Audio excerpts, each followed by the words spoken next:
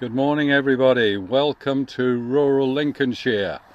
Today is the 6th of June 2024 and it's a lovely morning. Slightly chilly, but I've come down to my elm collection, and that one there is a chamui, because today I want to do some cuttings to propagate some of these elms. This one is a lavis, and here is a Bergmaniani, along with the oxeye daisies. I try to leave plenty of natural growth in between the elms, just so everything has got a chance. I do like to keep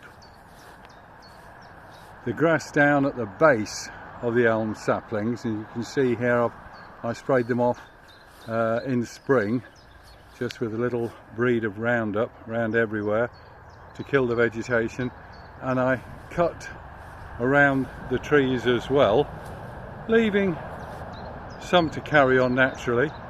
One other thing I've been doing here as well is putting some labels on them. Here's a bucket full of labels that I made up recently, and I'm going to write on those later today and put them in so everything has got its label. This one here says Leadenham 1, the next one says Leadenham 2, and in fact the next one says Leadenham 3. And the reason for that is, when I first started propagating elms, or 10 or 15 years ago now, in the next village of Leadenham, there are two, not one, but two Sapora autumn golds. And so what I did was took some seeds, collected them off the ground underneath and propagated those, and I got a complete mixture of the seedlings that grew. And as you know, Sapora autumn gold is a cross between Ulmus japonica and also Ulmus pumila, which is a Siberian elm. And I get some of these Leadenham seedlings which are very small leaved and resemble the pumila, but these three here, particularly this one, resembles Ulmus japonica, and if you look at the history of that, it is quite a variable tree within itself.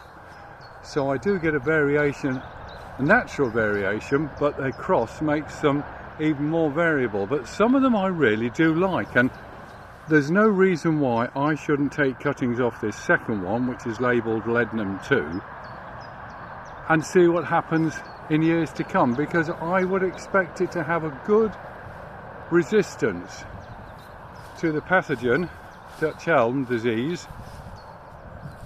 So that's the one I'm going to be doing today, and the other one I'm going to be doing is Lutec.